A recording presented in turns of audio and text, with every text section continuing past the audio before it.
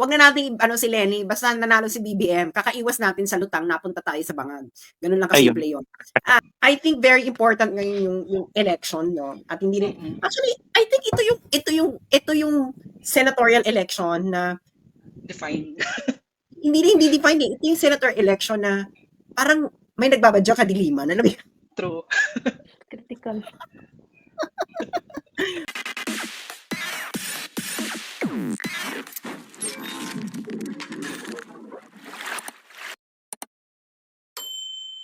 Mimi, anong Oo. masasabi mo? Hello, Miss Sass. Matagal na kitang inaabangan. Na-miss ka namin sa Facebook. No, wala ka. Akala ko dinake down din nila yung account mo. Pero nag-deactivate ka pala. Hindi Yung ako ate po ko, ay no worry. Hindi ako po ay magde-deactivate periodically kasi nga ang ginagawa nila ay nagma-mass report. Pero may nagpayo sa akin na para maiwasan ng Bangladeshi heist is mag-live ng mag-live. Yeah. Kasi para pag mag-live Nag-worry ng yung ate mag-live, ko sa Pilipinas. I was actually a fan since 2022 nung nakita kita sa election. And so, taga saan ka, nabasa ko madam? yung Taga saan ka, sa madam? Norway. Okay. So, umuwi Ano talaga ako ang for ano mo? Ano ikaw madam? Ano masasabi mo sa sinabi ko na ikaw na na-expose ka sa ibang bansa nung sinabi ni VP Sara na napag-iwanan na tayo, naintindihan mo ba siya? Actually, before pa yung sinabi ni VP Sara, matagal ko na yung naging realization na ibang-iba talaga yung na super behind talaga when it comes to thinking yung Norway. Hindi ko, of course, I love my country, no, pero ibang-iba talaga. Pero sa Norway kasi ngayon is ano din, grabe din yung inflation, sobra, as in, to the point na may dati yung mga students na sa ibang bansa na pupunta ng Norway to study, especially Filipinos, libre sila sa university.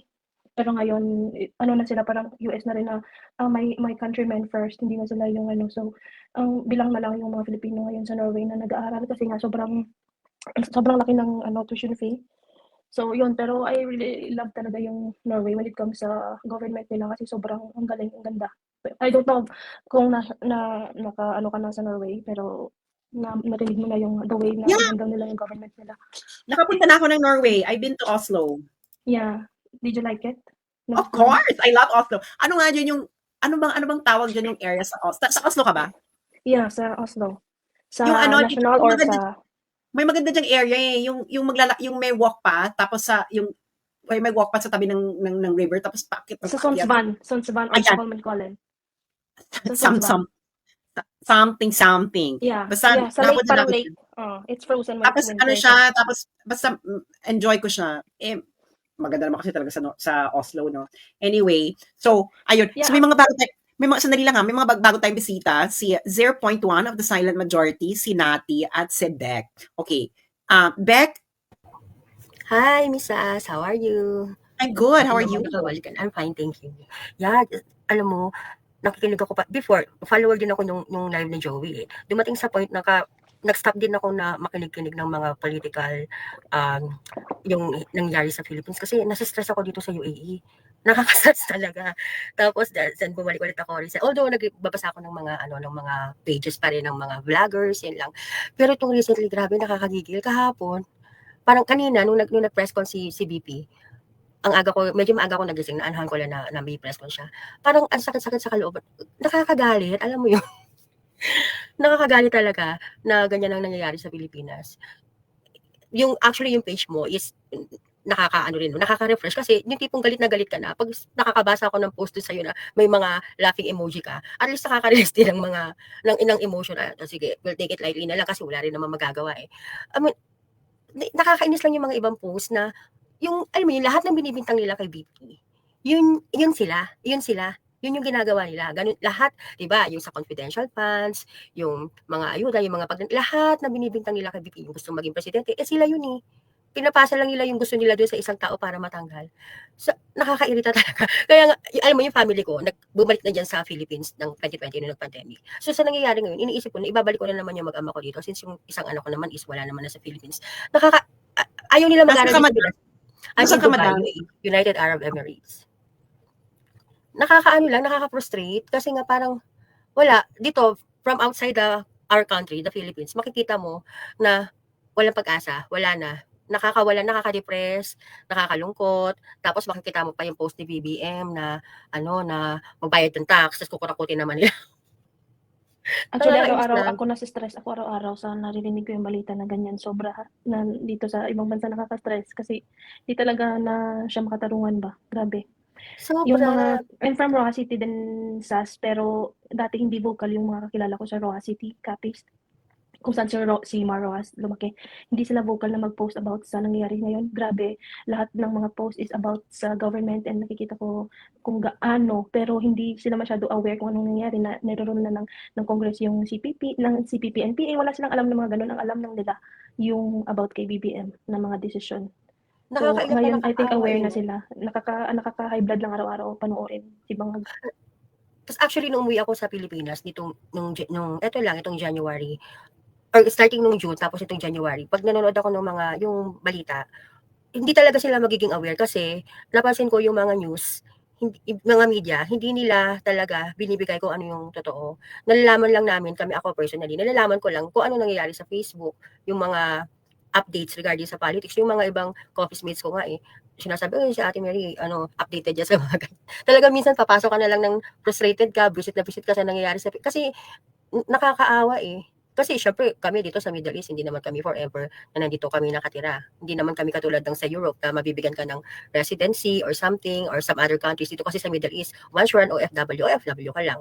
Wala kang options to, unless may konti kang pera, mag-migrate ka sa ibang bansa. But, kasi hindi naman din ganun kataling mag-migrate sa ibang bansa, lalo na kapag nakapagsimula ka na kung nasaan ka. Ayun. Ano tayo? Sino pa ba? Sino pa bang hindi nakapagsalita? Si 0.1? Oh my God. Hello po. Good evening. Oh my God, bigla. Hindi, kasi follower ako dati ba? Like, way back, yung mga sila Francis Mabanta, sila TP, gano'n. But he fell off the track, mga gano'n. So, follower nyo na ako that time. And actually, nag-work ako, tapos nakita ko ng live kayo. So, sabi ko, try ko lang. So, yun. Anyways, gusto ko lang i-share talaga. Kasi parang, context ko is, I'm coming from the, by the way, I'm based in the Philippines. And I'm coming from the, let's say, corporate professional sector na part of the silent majority. Na parang we still have that stigma na kapag si Duterte ka or ano ka, DDS ka na agad. And I'm not really DDS, but it's like more on, ayoko na nung red and pink. I'm looking for something else. And at the moment, it's leaning towards the Duterte admin. And ang gusto ko lang i-share is parang yung mga Pinoy, mabilis tayo makalimot. Like yung time na, wait lang, let me gather my thoughts kasi hindi ko expected maka-join it's like, si Duterte, he brought that mentality na, tinry nilang i-take out yung mentality na mahirap lang tayo mindset. So parang in-uplift niya yung mentality ng mga Pinoy na hindi tayo pwedeng ganito lang. Parang we should demand more, we should expect better from the government. And also yung parang he's inspiring people na, sige, I deserve this kind of government. And at the same time, kailangan disiplinado din ako as a citizen. So parang doon ako na-move, even though back then hindi siya yung binoto ko. Si MDS yung binoto ko at that time. Pero doon ako na-move and then doon ako na-convert. And yun, I think siguro this coming election, parang sana hindi tayo makalimot sa mga issues. Kasi we're more moved by emotions Diba? So parang tayo na Ayun na nga. nag-away-away lahat. I think very important ngayon yung election, no? At hindi rin, actually, I think ito yung senatorial election na Define. hindi defined Ito yung senator election na parang may nagbabadya kadiliman. Alam mo yun? True. Critical. Ay, mga madam, Make it or break it. may papakit uli ako. Sino ba bang gusto magsalita? Kasi may mga gusto pa umakyat Pero, Misas, may ano lang ako ng question. Totoo ba yung mga susunod ng mga senator is, for example, matutuloy yung impeachment, hindi sila yung yan ang hindi pa take-over? natin alam. Yan ang hindi pa natin alam. This is a very new situation. So, wala pang naging ganitong sitwasyon. So, we don't know yet kung ano talaga mangyayari. May mga nagsasabi na si former Supreme Court Justice Carpio, sabi niya magba-back to zero. We don't know actually. Okay? So, ayun lang po. May mga papakitin ako, mga madam. Meron pa bang gusto magsalita sa inyo? Miss Sass, may question. Yes. Mrs. With things unfolding, do you still stand by dun sa sinabi mo way back na pagka what do you call this, nag-change yung constitution, okay ka lang na si Romualdez yung maging prime minister or something like that? Well, kung manalo siya. Kung manalo siya, kung hindi siya manalo, But for if that's the only way para ma-change, go ka pa rin. hindi ka naman pwedeng maging prime minister na hindi mananalo yung political party mo. Mhm. Hindi naman, ano yung ibabaguhin mo yung ano para makaupo, para ikaw yung maging, may botohan pa mga bes. Ganun ba? True. May botohan pa, ano yung bago ka ng constitution, tapos para lang, okay, ako na uupo, kasi binago na. Hindi ganun yung may botohan pa. Kung manalo yung political party niya, kung hindi manalo yung political party niya, hindi siya uupo, as simple as that.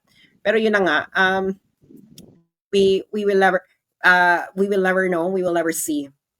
Ang kinakatakutan ko, dadayain na naman nila yung election. My goodness. Ayun na nga.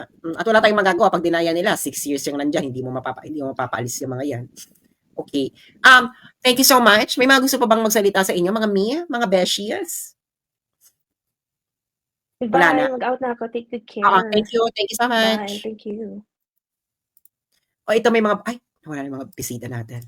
Ito may mga bagong bisita tayo, si Zar for president at si The Kid Wanderer. Zar. Good evening, Sas. Okay, what's up?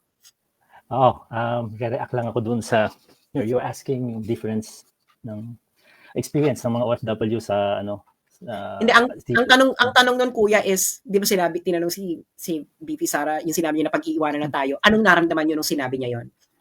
Yeah, yun nga eh. So, marami akong experience dito sa Thailand. I mean, Thailand actually. And comparing Thailand sa Pilipinas, sobrang grabe yung nangyari na nasa ilalim ng Thailand before, dahil ngayon, they are way up there actually right now.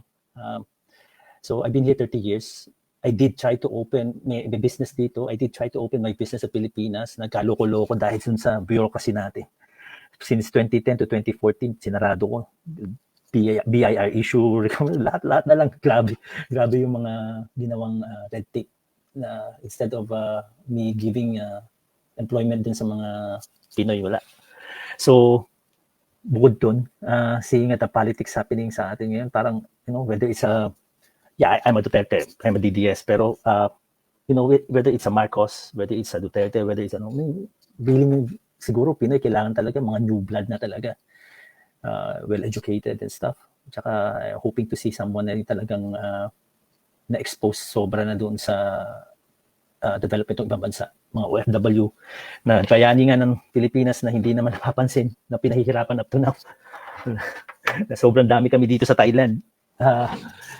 Before, there's just a few of us, then now there's a lot of us as a teacher here. May iba, mga engineers and stuff, pero we don't feel we are being taken care of actually dito. We have to take care of ourselves, even for some of the people na nakikita namin naghihirap dito. I don't think the embassy actually is not working here. So, yun nga. I'm a fan, Sas, and a long-time fan, and thank you for this opportunity for all of for us to say something. Thank you. Mabuhay sa'yo, kuya, and good luck sa iyong business. Sana hindi yan monkey business, ha? Hindi. Hindi. Alam mo naman. Real deal to. Alam mo naman, kuya. Nasa IT kami. We support petrol stations. And I did try to open it up dyan. Kaya lang, grabe politics sa atin pagdating sa oil and gas. Ayoko na. Alam mo naman, kuya, kanina business. Ngayon, dumating na ang mga monkeys. Exactly. Buhaya at saka monkey, grabe. Thank you very much. Alam mo, dumating na ang Entire Manila Zoo. So, okay. The Kid Wanderer, ano ka ngayon? Hello, Kamoisture. Hello, everyone. Hello. So, nandito ako ngayon sa Baguio. Nagmo-move on lang. Actually, charot. Kakatapos ko lang mag-workout para I can touch myself na lang. Charot. And, so, react lang ako kanina dun sa sinabi ni VP Inday na napag-iiwanan na raw tayo. It is true. Education system natin napag-iiwanan tayo. Infrastructure, science and technology, isa pa yan. You know what? Nakakaingit ang China kasi yung mga scientists dyan, pinipraise nila eh. Dito sa Pilipinas, wala tayo. Siguro, bibihira lang tayong makakita ng balita na pinupuri natin yung mga scientists natin, yung mga homegrown na mga inventors natin, no? So I think the government should invest more on human capital. Hindi yung ibang not the other human capital na may kinalaman sa pagiging woke, no?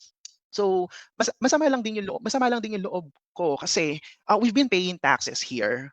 Ang laki-laki ng tax na binayaran ko for 2024 nung nakita ko Asang yung field ka? Asang field ka, sa Civil IT, Underground? IT ka din? Okay. Yes, Okay. opo. So may Puro kinalaman IT sa ka din. yes, may kinalaman sa telecommunications yung yung trabaho ko. So ayun, nakaka-frustrate kasi yung mga taxes na binabayaran natin, not just me but every one of us, no, malalaman mo lang na mapupunta lang sa mga alagad nito ni Tambalos-los, and nakaka-frustrate kasi wala tayong makitang magandang infrastructure, not unlike the Duterte administration na okay lang sa akin magbayad ng taxes ko kahit napakamahal niyan or kahit ang taas niyan kasi nakikita ko na meron napupuntahan eh. Ngayon, diretso sa bulsa ng mga politiko, tapos ayun, katulad nga kanina yung may nag-post nga na meron daw politician sa somewhere in Caloocan na gino-justify na kailangan pang pulsuhan yung taong bayan para mag-decide siya kung boboto ba siya for the impeachment of VP Inday or hindi. So as if naman mapupunta naman sa mga constituents niya yung pera na ibibigay sa kanila, no? Sa akin, I'd rather want a better education system, a better infrastructure para hindi rin lahat nagsisiksikan sa Manila kasi ako nagwo-work kasi ako sa Ortigas. Pero ako naka-hybrid setup ako. Struggle pa lang yung pagta-travel from your home papunta sa office, and hindi lang yan sa Ortigas or sa Makati or sa BGC, kundi kung saan nandun yung mga big businesses, no. So I hope maisip ng government na to na hindi habang buhay na nandiyan sila sa pwesto nila, hindi habang buhay na na laging hindi habang buhay Pasko para sa kanila, no. So I hope maisip nila na yung pera na binubulsa nila, na ginagasta nila for their own gain, nakikita yan ng taong bayan. And yung mga post ni Crisette, ni Ate Joey, nakikita ko yan na may mga tao na galit sa kanilang mga congressman. Actually, down to pati nga sa mga mayors pa nga lang. May iba dyan na anti-Duterte na rin talaga kasi nagsisibalikan na rin talaga yung drugs. So, ayun. Yun lang yung naiisip ko. And balikan ko lang kanina yung about sa pagpapalit ng system, kung ano yung mga kapag-trigger sa atin, kung paano tayo magkakaroon ng French Revolution. I don't think so. Why? Kasi masyado tayong masyado tayong religious, whether we like it, whether we admit or not. Bukod sa mahaba pasensya natin, tinuro kasi sa atin sa simbahan na maging mapagpasensya, na mahalin natin yung mga kaaway natin, no. So hindi natin kayang labanan itong mga politiko na to kasi we believe na meron silang powers, meron silang pera, they also have guns, they also have the men na pwedeng utus-utusan nila para patumbahin tayo. And I do hope na itong AFP and PNP, no, na protector sana kayo ng taong bayan eh. May P sa AFP at PNP, which means Philippines, hindi politicians. Ang problema, itong mga sundalo at kapulisan natin, kung hindi mga drug addict, kung hindi nagpapatayan, makikita ko sa X, yung iba mga pakantot. Huwag ka ganyan! Tama na kayo, baka mag-gender. Baklain mo na lang. Pwede mo pa-cash. Yung momentum nandun na eh. Pero totoo yan ha. Totoo yan. Siguro sa pangangailangan, sa bigat na rin ng pangangailangan nila. So, diba, sumasideline talaga, no? Maging protector kayo ng taong bayan, no? Huwag kayong magpasilaw sa pera, guys, no? Para saan pa yung mga chapat, yung mga ranggo ninyo kung hindi niyo pagsisibihan yung taong bayan. Peace for Philippines, not politicians. Ayun. So ayun, okay na ako, Kamoisture Sas, and thank you so much for everyone. Sorry sorry kanina. Okay, keep yourself moist and sana maka-move on ka. Of course I will. Thank you so much. Bye. Ano ngayon, may papakitin tayo bago si Jumels. Hello po, Miss Sas. Hello, Nati. Anong i-appeal mo sa barangay? Yun po. Comment lang po ako sa sinabi niya na ni VP Sara na napag-iiwanan na po yung bansa natin, yung Philippines. Opo, totoo po kasi po I've worked na sa sa Middle East, sa Saudi, Kuwait, and currently here in Uzbekistan po. Super napag-iwanan na po talaga. And then like nagtingin po ako sa about hindi ko po kayo marinig. Sandali lang natin. Anong work mo sa Uzbekistan? Teacher po, Oh, what are you teaching? English. Oh, okay. Chika-chikang Continue. English. Continue. Yun po. Like yung nagtingin kasi ako sa inflation rate nila dito, ang laki, like 8 or 9% po. Pero ang mga bilihin super mura pa din po. Unlike sa Philippines, tumaas lang ang inflation rate ng mga 1%, 2%. Ang taas na rin ng bilihin. Napakalayo po talaga. And then super safe ng bansang to. And then sa Middle East din, super safe ng mga bansang yun. Unlike ngayon po sa Pilipinas, bumalik na yung yung mga addict, pusher, mga kapitbahay namin. Sana walang nanonood. Super. Like nakakatakot na namang maglakad-lakad sa labas pag gabi sa Pilipinas dahil yun nga, nandun na naman yung kaba, baka biglang, may gawin sa'yong masama yung mga addict. Yun lang po. Parang nakakabagbag damdamin yung sinasabi mo. Thank you so much. Jumelski, Thank you anong po. bago? Hello, Kamoisture. Hello, Kamoisture? Yes, I think yung nandito ako sa Oslo ngayon. I think yung sinasabi mong bonggang pwedeng lakaran ay sa Aker Brygge ba? Yung meron siyang mga barko-barko and then Wala siyang barko, hindi yan. Ano yun? Yung sinasabi ko parang siyang river or sapa Oh, yeah. or ganyan. okay, marami kasi dito. Yung umaakyat ka, paakyat, ganyan. Na walkway, tapos sa gitna merong river. Gamelskan ata or something like that. Check ko mamaya kung ano ano mismo. Okay, I have some sentiments, Kamoisture. Acknowledge and upload muna kita dun sa letter mo sa HOR, kabog. 'Di ba? Bongga talaga 'yun kasi sayang lang kasi itong mga mainstream media, no, masyadong unfair. Hindi nila hina-highlight yung sana i-highlight nila 'yon kasi pagka hinighlight nila 'yon at mapag-usapan kasi nandoon na mismo yung 'di ba nag-attach ka pa doon ng file and all. Parang yun din yata yung sinasabi ni Attorney Trixie na parang kaya nililimitahan daw yung yung mga editor na magsulat or yung mga magsasalita kaya siguro hindi din nila ma-i-publish sa mainstream media kasi nga nililimitahan sila. Pero ano yun, kabog yun kasi connected talaga dun sa criminality chuchu ng ng Dan Fernandez na yan, si Arn. And then about dun sa ni VP kanina, yung God Save the Philippines. Kabog din yun kasi instead na isabihin niya God save me from the impeachment, 'di ba? God save the Philippines. Tsaka parang ang dating nun sa akin parang malala na talaga yung nangyayari sa Pinas. And imagine kasi parang feeling ko kaya nila to minadali kasi connected siya. Connected siya dun sa budget na pinepetisyon nga ngayon sa Supreme Court and nabulilyaso na nga kasi naglabas na ng yung tungkol sa PhilHealth na bankrupt yung PhilHealth from COA which is recorded kaya 'di ba kinabukasan parang patawag agad ang mga akla at may meeting tapos bigla impeach ang lola mo. 'Di ba? Para hindi ma-highlight yung mga kung iisipin mo para hindi ma-highlight yung mga pangyayari kasi 'di ba ang mga vlogger nagpunta din ng Supreme Court. Parang nandun yung momentum tapos bigla silang binasag nila yung para may pang pang shield para sa mga kaek-ekan nila. Tapos yung sinabi naman ni VP kanina na napag-iiwanan na. Talagang napag-iiwanan na ang Pinas kasi ilang years bang nakaupo si Ngiwi M, 'di ba? Ilang years nakaupo yan na wala namang nagagawa. Tapos Hindi, alam mo, hindi, to be fair naman, mahirap talaga maging presidente. Hindi mo talaga ma-accomplish talaga in 6 years. Kaso True. kasi, ito si BBM, he was voted by a majority of Filipinos. Hindi ba dapat pag ganyan kalaki ang mandate mo, we expect more to happen? Very true. Kaya nga 'di ba at least man lang doon sa iba niyang ipinangako. At least one or two gawin naman niya kasi ang pinalitan niya hindi basta-basta ang pinalitan mo. Talagang nag-set ng high benchmark para sa mga politiko sa Pinas. Talagang leader talaga ang ang PRRD, Diyos ko, kaya talagang kung sino ang papalit doon. 'Di ba kaya parang ang sinasabi ni Sara noon na hindi pa ako ready kasi Diyos ko papalitan niya, 'di ba, ang tatay niya na talagang bonggang-bongga ang nagawa.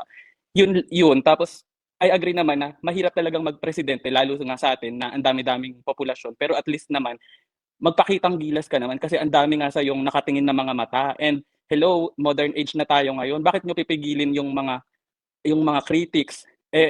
Internet age na tayo ngayon, kaya dapat kung magpapakitang gilas kayo, galingan nyo palalo kasi kung anong gawin yung kabulastugan, lalabas at lalabas yan. Pero kung ang gagawin nyo naman ay makakabuti para sa mga Pilipino, di mas lalo kayong bobongga kasi nga madali na yung information through internet. Pero pag may ginawa silang kalokohan, mabilis din yan lalabas. Hello, hindi naman na tayo 90s, no?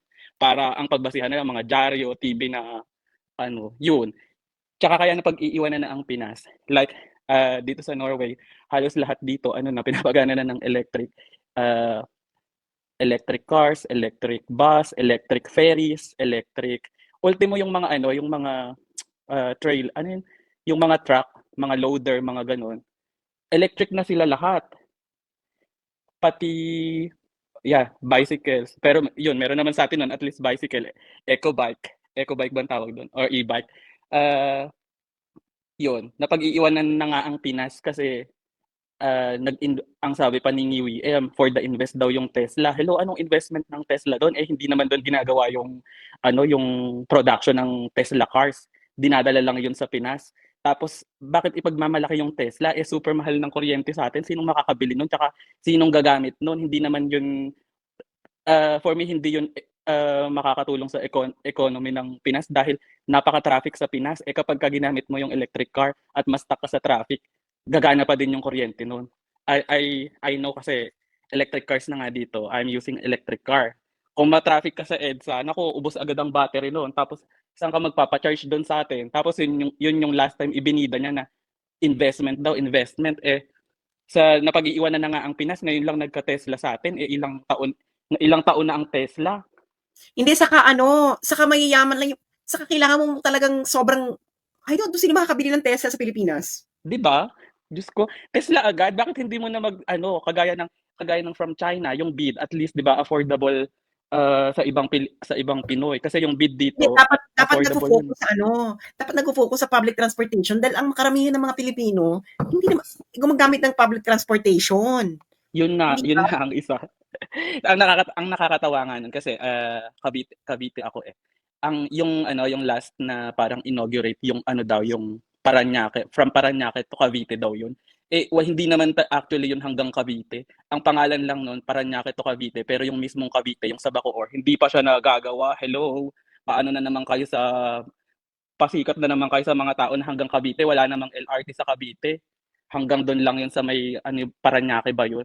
Wala pang LRT sa Cavite, kaya talagang ang mga bus, yung malalaking bus from Cavite, from Naik, kasi doon yung parang point of origin papunta ng Pasay, diyan Parañaque pa Manila.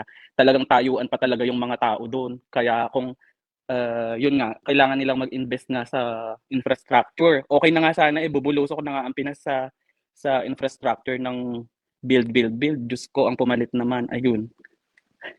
Ang sinasabi niya, continuity daw ni PRRD. Ang nangyaring continuity ng power ng pamilya niya. Yun yung parang gusto niya yatang continuity, kaya talagang dapat ng yan.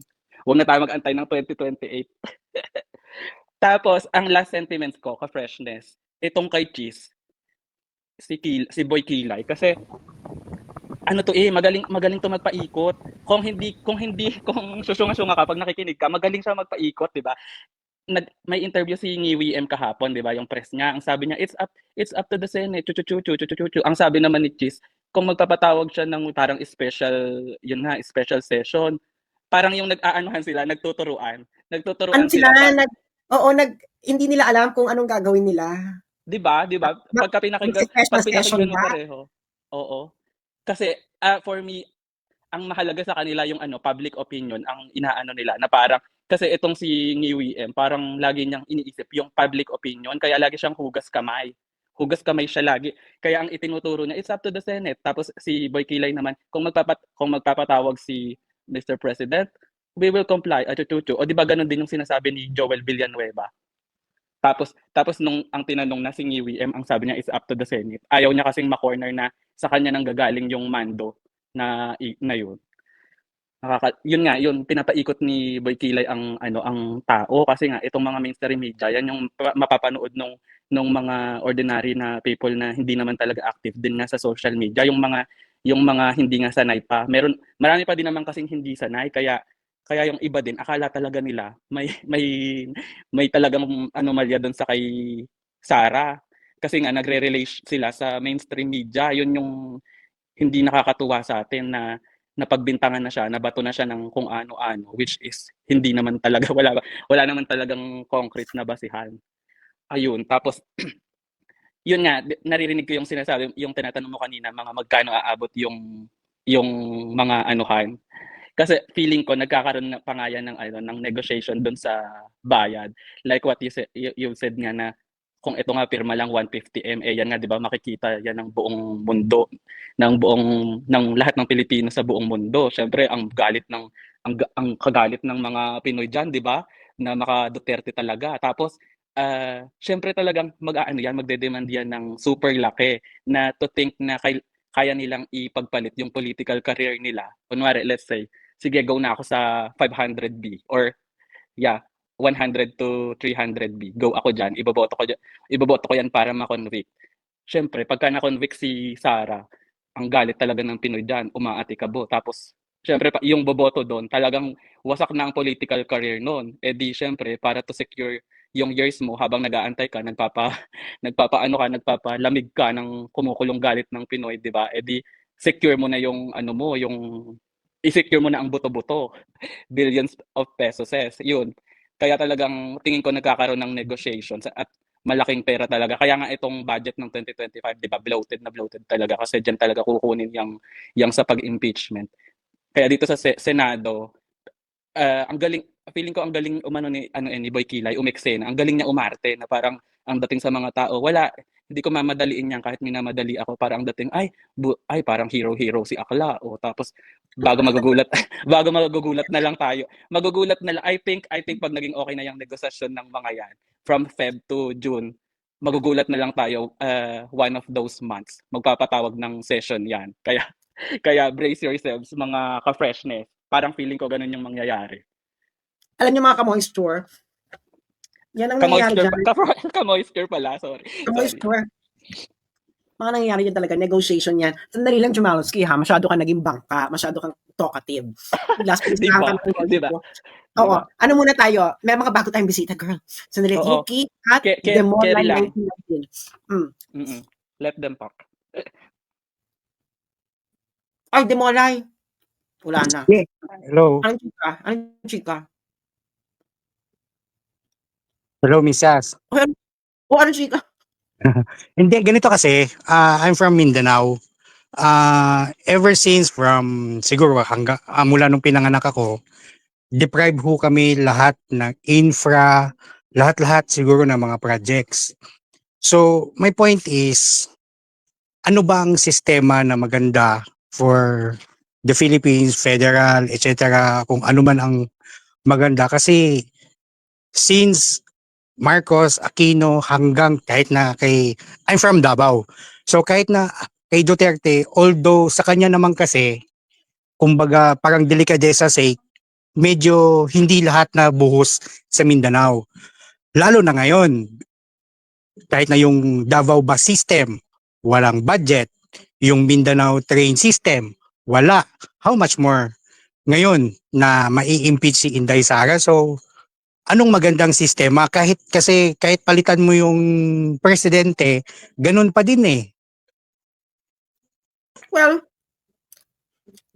bago magpalit ng sistema, tanggalin muna yung sistema.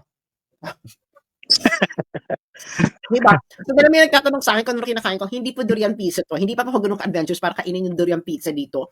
Ang kinakain ko po ay chicken salted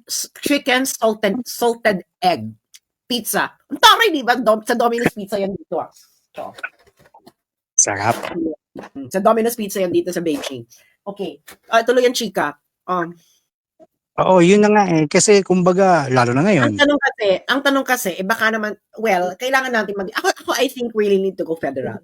Para yung mga regions magkaroon sila ng sariling kaunti man lang autonomy para kung ano yung development nila.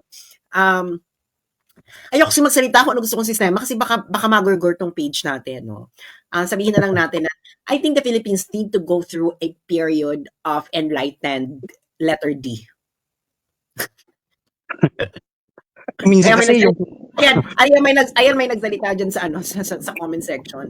Kasi kailangan talaga may gumano, no? Kasi maraming pasaway eh. Maraming pasaway. yun na nga eh. Yung problema kasi, tingnan mo yung mga Moro provinces. Since 1970s, bakit sila nag-akla? Kumbaga, we were always deprived of infrastructure. Pasalamat na lang ho kami nung time ni Duterte na lahat ng mga liblib, farm to market roads, mga interior roads, ginawahan ho talaga ng paraan na kumbaga ma-concrete, mabutasan yung mga dapat daanan, maayos lang man din yung mga daanan lalo na sa mga ancestral land. So maraming access na ngayon. Yung problema naman ngayon kasi, how can we move forward lalo na ngayon na may impeach yung tanging pag-asa namin? Well, Taga, sino gusto magsalita? Si Demolay ba yan? Or Yes ako, po. Mikas. Taga Okay, go. Davao ka, Dimoloy? Demolay ho. Actually, it's about from Shucks Demolay. Anyway, anyways, I'm from Tacorong Sultan Kudarat, living in Davao City and moving around whole Mindanao. So nakikita ko yung improvements. Let's just say, from PGMA, 2 lanes yung mga national highway, naging 4 lanes. Then Pinoy, naging 4 lanes, naayos yung 4 lanes. Nung time ni P. Duterte is naging 6 lanes. Kumbaga, we have better access road ngayon. So, at the same time, yung mga interior, bypass, mga farm to market roads, we were improved. Tapos ngayon, promises of BBM na itutuloy yung mga projects. So, paano ngayon? Kasi political climate natin ngayon, let's just say, yung Davao system, Davao bus system, walang budget. Yung Mindanao Railway System, walang budget. Yung subway nga, wala. Tama. How much more sa Mindanao? Tama. Oo. Alam mo, Dimoloy, no, yung taga Davao rin ako, pero nandito ako ngayon sa Manila. Ang kinaiinisan ko ngayon is yung halos lahat ng mga kongresista dyan sa Mindanao. Putang ina. Anong bumoto in favor of impeachment as VP Sara na lang nga yung ano natin eh. Grabe talaga, no? Walang ano talaga yung pera. In the side sa congressman kasi, sir, ganito yan. Kumbaga, political position, maintindihan natin kasi minsan, natural lang naman yan, pera-pera yan eh. Pondo, in short. Kasi pag once opposition ka, is either wala kang budget or maliit yung budget mo. Ganun lang naman yan. To be clear, hindi naman talaga trabaho ng mga kongresista magkaroon ng pondo or magkaroon ng sariling fund. Pork barrel yan eh. Ang trabaho ng mga kongresista is to propose laws, di ba, or oversight the government. Hindi naman to yung mga paghingi ng pondo. Ang kongresista talaga is more on legislation, consulting with constituents, anong gusto nyo sa province nyo. Naiinis ako sa mga mindset ng mga Pilipino na nagpapaniwala sa mga kongresista na dahil wala tayong pondo, hindi, sana man lang may isang tao na pwedeng pagsabihan itong mga kongresistang to na hindi mo yan trabaho. Hindi nyo yan trabaho. Ang trabaho nyo is mag-propose ng mga legislation kung ano yung mga nararamdaman namin, ano yung gusto namin mangyaring mga batas, mapatupad ng mga batas, like sa culture ng Mindanao, ay ng Bangsamoro, kung gusto nila may ganitong batas na applicable sa kanila, pwede bang ganito? Mga ganun eh. Kaya nga sila mga constituent, mga representative ang tawag sa kanila, hindi sila mga senators. They represent a certain region, a certain portion of the district. Kasi yun yung boses, sila yung boses. Hindi sila representative to get funds. So this is something wrong with the too much centralized government, no? Nakikita natin dito na kapag ang too much centralized government is nakafocus sa isang lugar, tulad ng Manila, lahat talaga, kahit Mindanao, gayang talikuran, yung taong tanging pag-asa nila para lang makakuha ng pondo.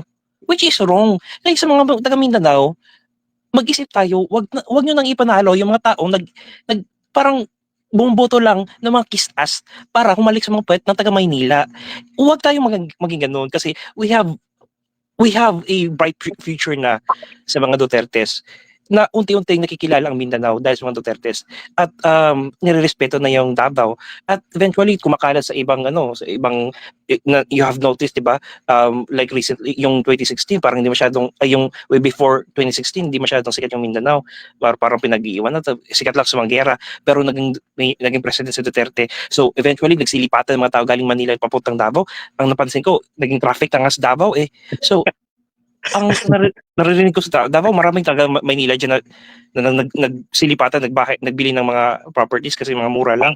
Then, sumisikip yung mga daan, maraming yung economic progress, parang na-shock nga si Bastay dyan Kasi parang ang bilis daw, hindi nila na-anticipate na ganun na paglaki ng growth ng syudad.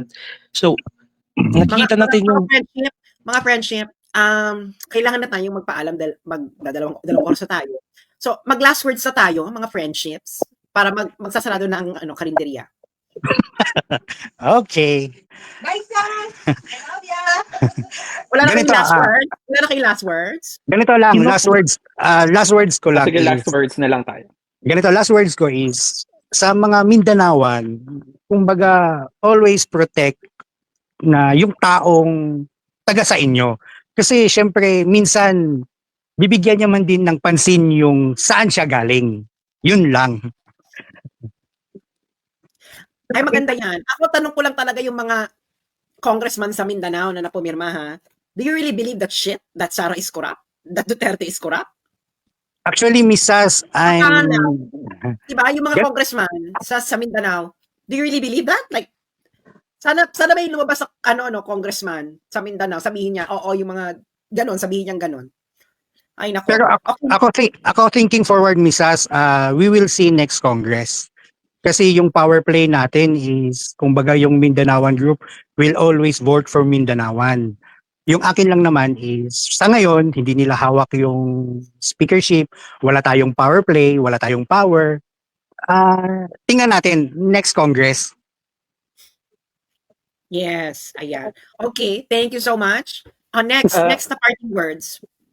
May last word sa mga kababayan. Wow, sa mga kababayan. Sa ating mga kapwa Pinoy, I think we should brace ourselves dun sa mangyayari pa dito sa roller coaster ride na impeachment ni VP Sara.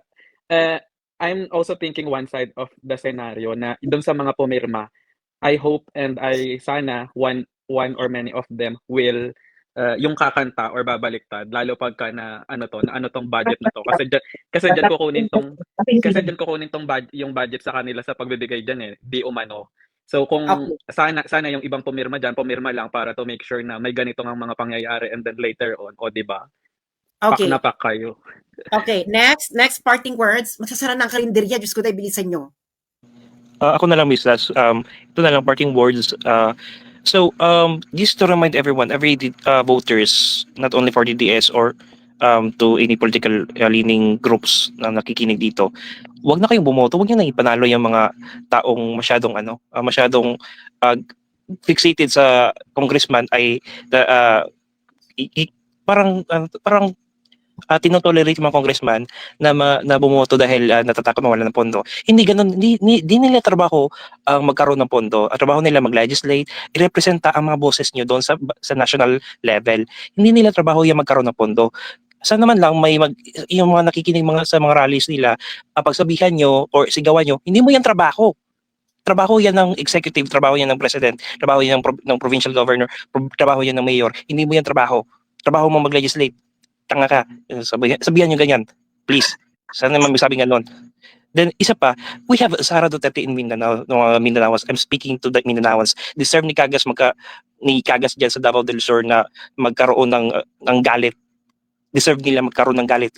They deserve the rage of the Davao region. Kasi hindi nila deserve na magkaroon hindi nila nire-represent yung voice ng Davao region. So, yun lang. Yun lang, Mrs. Masasabi ko. At parting words na maging matalino sa pagboto. Walang Thank you so kickback. much. And any more last words? Wala na ba? Magsasara na Walang- karinderya. Walang kickback sa prinsipyo tsaka integrity. Magsasara ng karinderya. Ako ang aking last words ay, ako talaga maraming pwede mangyari between February and June. You'll never know, baka may ma-overdose. Charot. Anyway, Sana. I'm praying. You'll never know, baka lumutang ang mga buhaya sa Pasig. Charot. di ba? You'll never know, baka magkaroon ng the big one. Alam nyo, marami. Bumaba ng supply ng shabu, tumaas yung cocaine. Alam niyo, totoo True. yan. And it's actually true. Ganun talaga, bumaba yung shops, tumaas yung Coca-Cola. Anyway, ang masasabi ko lang ay, I think everything is happening because we need this. No, siguro naman manid ka na kung hindi mo nakikita kung ano nangyayari talaga. It Hindi needs ba? to happen. Yeah. It needs to happen. I think alam ng mga tao nangyayari. Grabe naman yung hello, parang kayo talaga yung malinis. True. I think dapat yung mga tao, Bulgara na masyado ang nangyayari, no? di ba? I think dapat yung mga tao matuto sa nangyari nung kay Justice Corona. Hindi ba? It's exactly the same thing that's going on right now. And kaya nila pinapatahimik yung mga vloggers kasi nung panahon ni Corona, wala kasing vloggers yan nakakampi si Corona eh. Oo, ano pa yun eh. Puro lang po, ang aminin nyo, ilan sa inyo dito naniwala sa pinagsasabi ng media noon. Hindi ba? Yun Ay, lang ang halos source. lahat. Yun lang ang source ng balita nun tungkol sa impeachment ni Corona. Kaya gur bells nila lahat ng supporters Vloggers. sa Sara kasi Mm-mm. alam nyo na. Hindi ba? I-hocus-pocus nila itong mga mangyayari. Kaya magbantay po tayo. Pag-usapan nyo po ito, mga nangyayari ito sa inyong kapagkainan, sa inyong inuman. Lalong-lalo na po ang kasong bribery. Ang bribery issue sa Okada ng True, House no? Speaker. Maraming salamat. Hindi pa siya ma-open. Yun din ang nakakapagtaka ka dyan sa mainstream media. Ayaw nilang pag-usapan kasi malaking issue ito. Pero malay mo, bigla na lang may lumabas na video. Charot! Sige po, True. maraming salamat. Wait namin Have a yan good ha. Kamoy, wait Bye. namin.